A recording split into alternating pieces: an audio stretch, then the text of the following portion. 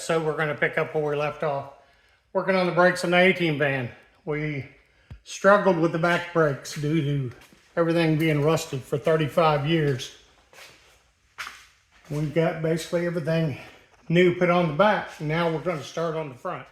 As you can see, we've already taken the rotors and the calipers off. Also removed all the old brake line. Unfortunately, the footage would not be viewable on YouTube. By the time I was done removing the brake line and taking the rest of the calipers off, it looked like I'd been through a slaughterhouse. And the audio, let's just say, it probably would have been banned. And I didn't have that much time to edit it out. So here we are. I've got one brake line left to do, and I will show you how I do it the old school way with an old type flaring tool. May not be the easiest, but it's the way I do it. Okay guys, remember, I'm not a professional. Probably the last time I used a flaring tool was 10 years ago doing some plumbing. But anyway, here goes. Same principle as working on any other line.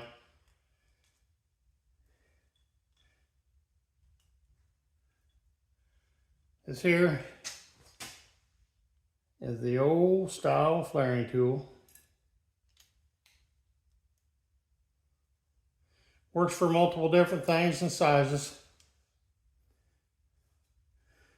The main thing on here is to make sure you have this flush. The proper way to put your line in the flaring tool is just beyond flush. Don't ask me how I know, but I know. And it won't happen again. Otherwise, your flare is going to be too big and your nut won't go over it. To me, that's the hardest part of it. Tighten her down. Before you put it in the tool, make sure you have your nut on, because you'll be cutting the line back off. And make sure you got it oriented the right way. Okay, now that we've got that clamped in there, tight so it doesn't slide, take the actual flaring tool,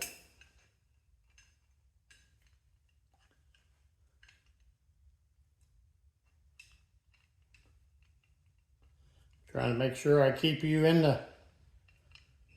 the frame.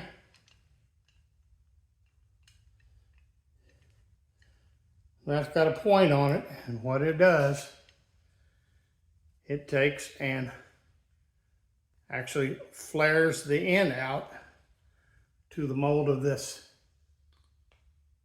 clamping tool. And you'll know when it's flared. Doesn't take that long, but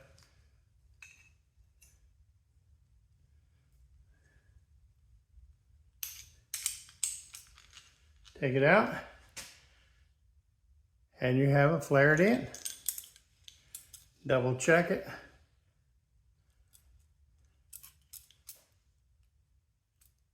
Make sure your flare seats. It looks like that's going to fly. And that's pretty much all there is to it. All right, we've got the brake lines completed. Now let's work on the rotors. I cheaped out and didn't have them turned, but I'm going to bust them up.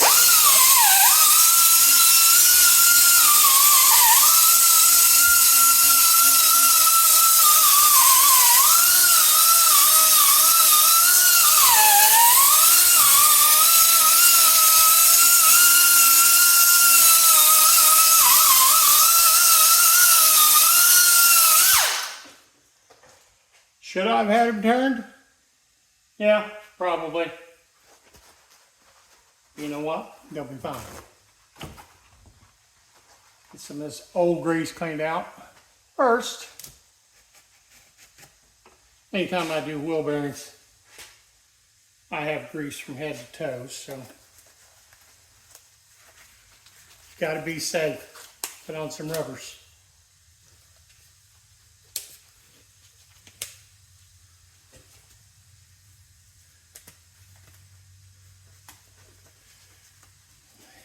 I used to not mind doing brake lines.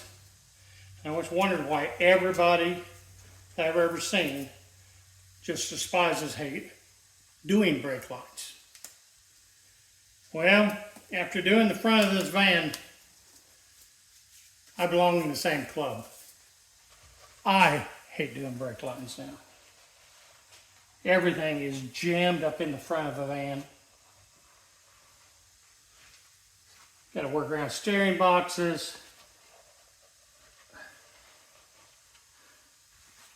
radiators, power steering, everything's in the way.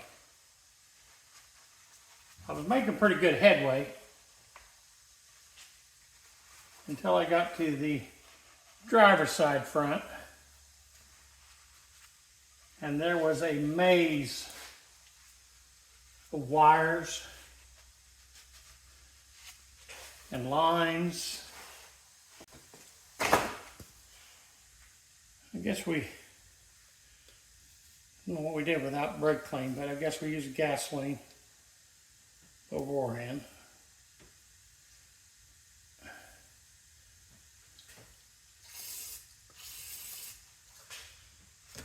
The bearings, when I took them out, they were pretty, the grease was pretty sticky. It was definitely old and needed replaced. Really didn't find any grit in it. When I cleaned the bearings up, they look completely fine. But, of course, I don't know how old they were, but they were made in America, so therefore they were built better than the Chinese bearings you get nowadays. It probably doesn't last a couple years.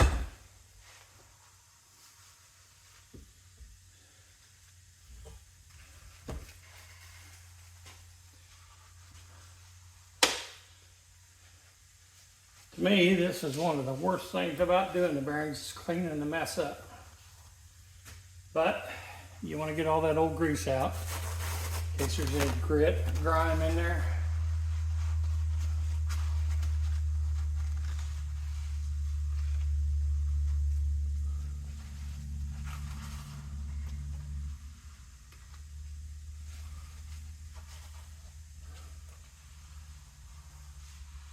Probably costs more in rags than it does in grease.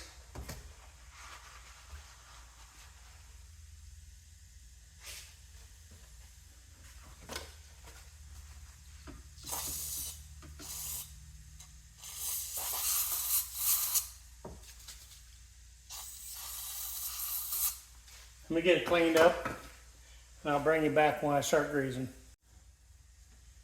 Okay, now let's start the fun stuff.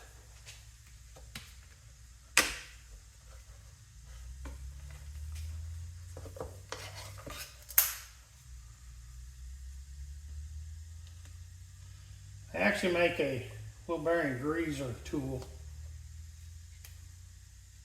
And I know you're going to be shocked. I don't know one.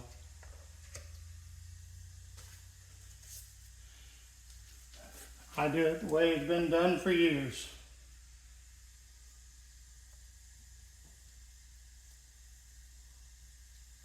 The way I were taught. Okay, get you a dab, a big old dab of grease, and just start working the grease through the bearing. It's a slow process, but see that grease squirting out of there, coming up through the bearings? That's what you want.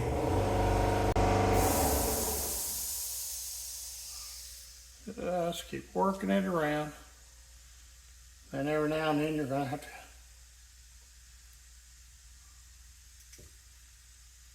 clean it out, continue going.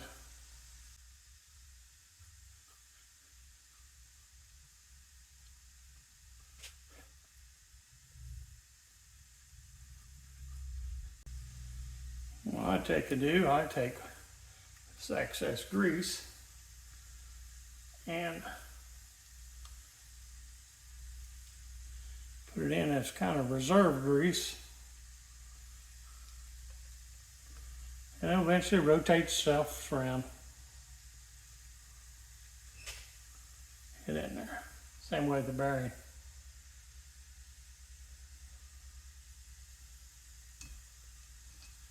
Take them, put that in there, and I'll just shove the grease on in there.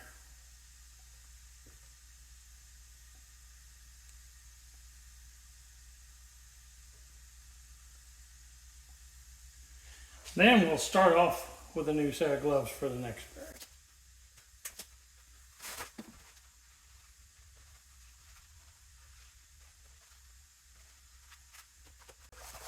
All right, next we want to take and put our seal in. Make sure it fits here. Yep, that looks like it's going to fit. Let's take you over here, show you what to measure. Make sure it fits your hub.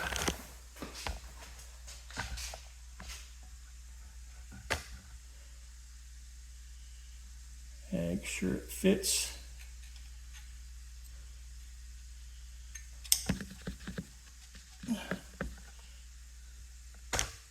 Set you down here. And yes, nice snug fit. Nice snug fit. Make sure I can get it off. All right, let's go back over here. That hurt? That hit your head.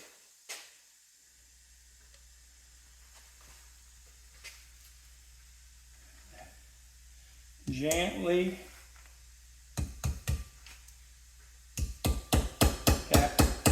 tapping it in slowly. Not like that.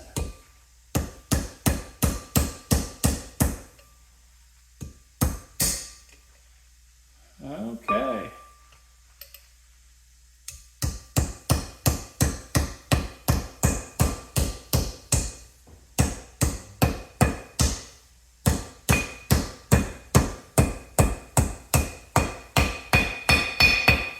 Wow. Never had one give me fits that bad.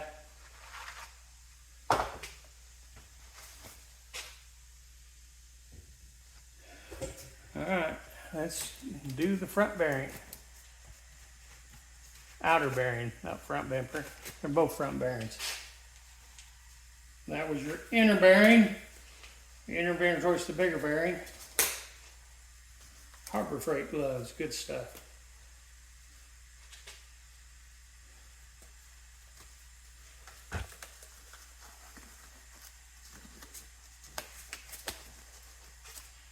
All right.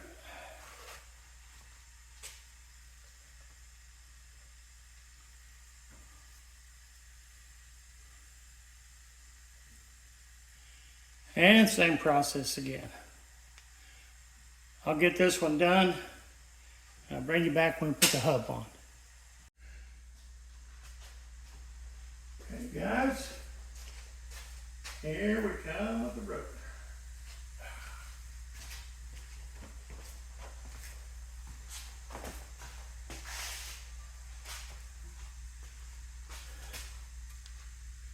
Try not to mess up your seal. Already got dirt in it.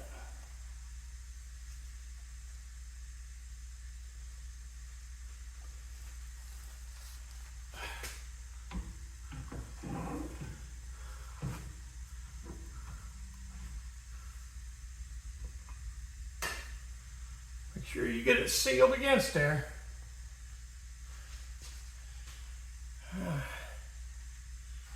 Once you got it back in there and you got it seated,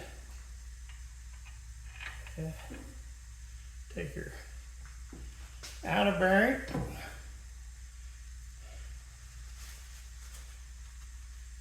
get it shoved in there.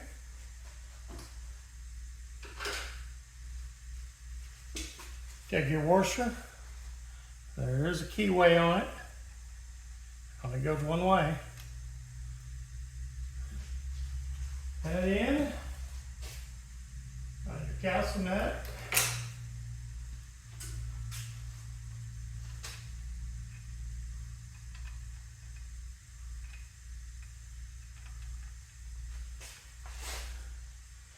This was buggered up just a little bit when it came off. It came off kind of rough, so sure. It's probably going to go on the same way it came off. There it goes.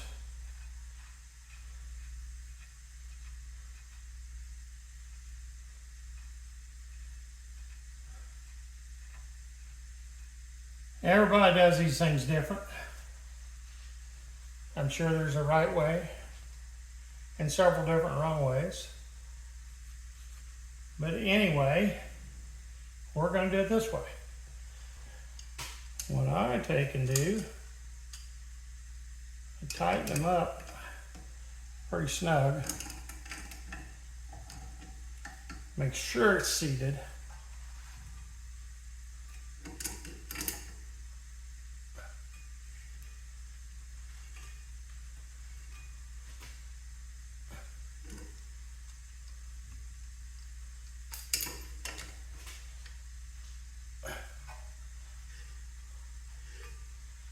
Still spins pretty good.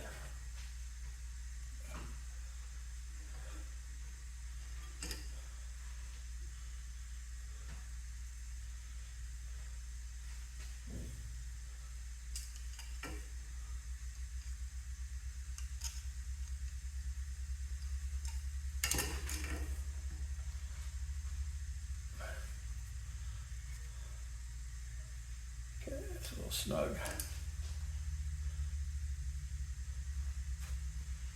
And I take and back it off one of the castle nuts to make sure the garter key lines up.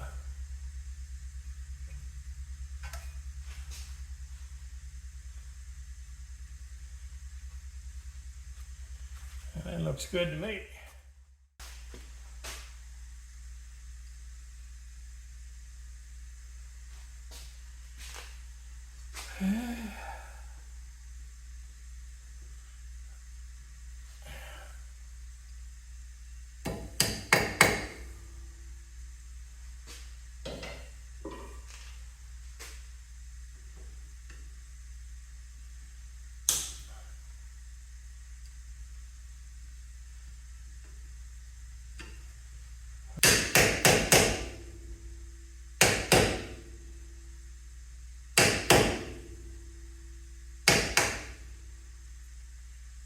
And there you have it.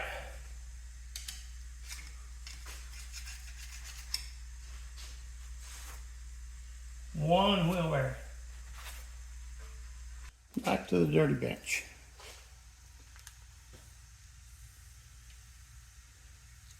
I'm sure not everybody uses this stuff, but I do. It's probably called different names. They say brake lubricant. I call it anti-shatter.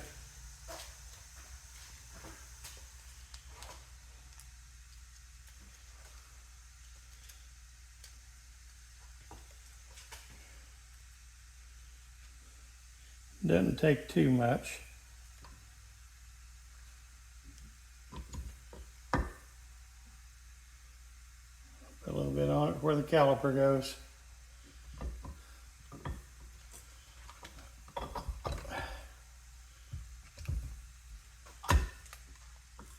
And I hit the right place the first time.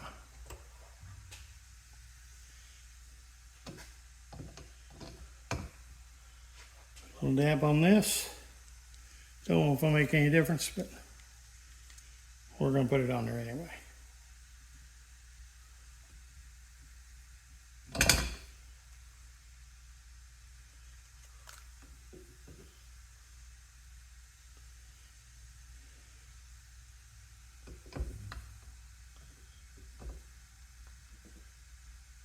At least it makes the brake pad stick on there better. All right, let's go back over to the... Now that I didn't turn the camera on, I've already got it buckled up. We do have the new caliper on. Fought with the brake line a little bit. Like I was saying, there is a brass crush washer on both sides of the block on the brake pad. These here already had anti-seize on them, which was shocking. So we have a completed brake on this side. Since we missed this, I may bring you back to view the other side. Always unlock the steering column when I do brakes and spindles.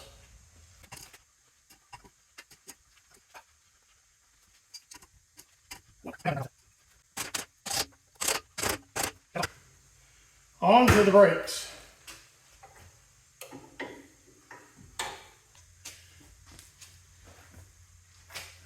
I'm pleasantly surprised that so far everything that I've bought came with stuff that they didn't figure would come on. This came with new clips, but I never throw, I think I put that on wrong. Nope, that's right. Again, I put a little bit of this, what I call anti-chatter, they call it grease.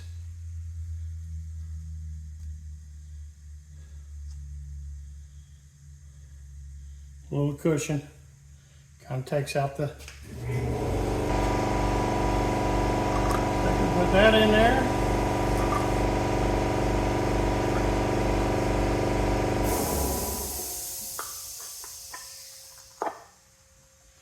Get it clicked.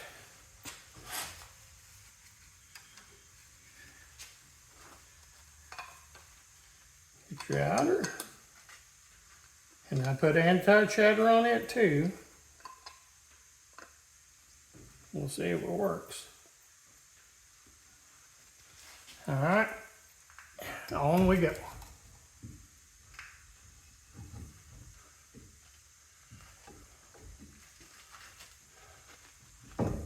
Ouch. Fits pretty good when your fingers is not in there. And I actually bought a 2x anti-seize, but shockingly, these calipers from O'Reilly's came with anti-seize on them. Kudos to them. Take it when you can get it, right?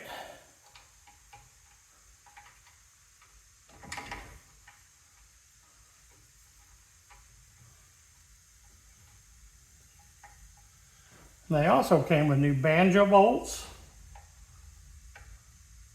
and crush washers. I didn't figure they would. I went ahead and bought crush washers. Good God, have you guys looked at them? I mean, they're not crazy expensive. I know I'm nickel and diamond, but they're a little bitty, tiny brass washer. I'll show you here in a second. You would think they were made out of gold. They have a 2-pack at the red and green. And they want $5 for 2 measly little washers. You can go to other places online, not Amazon, and you can buy a pack of 10 of them for that. What's wrong with that picture?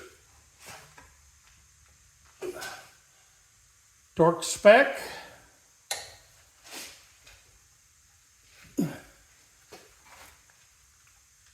Torque.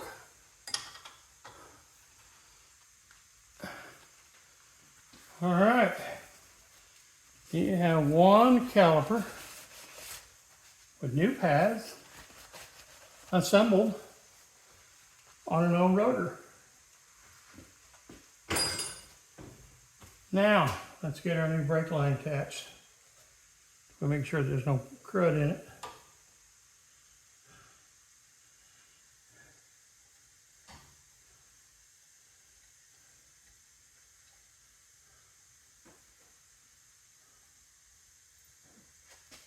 And this is what's called a banjo bolt. It's got a hole all the way down the center coming out the side so the fluid can go through.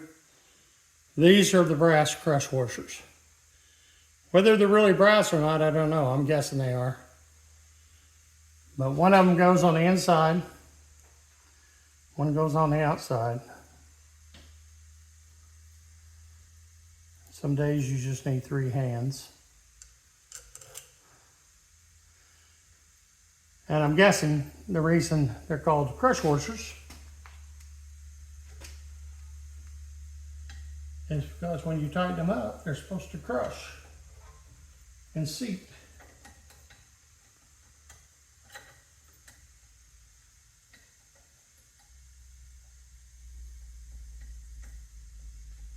All right, guys, I'm about to get in your way for a minute. You can't see, neither can I. And you're not helping, so I need to see.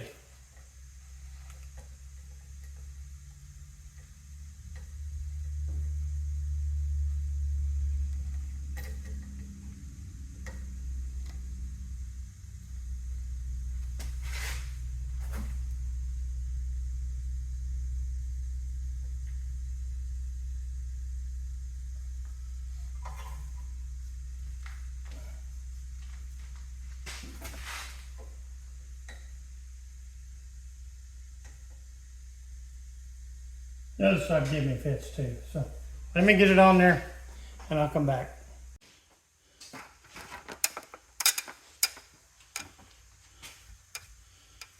Okay guys, there it is.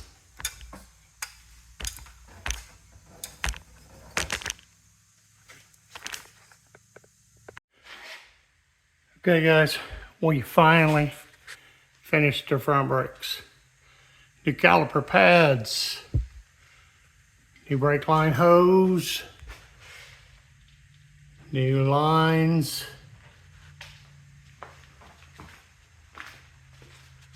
both sides,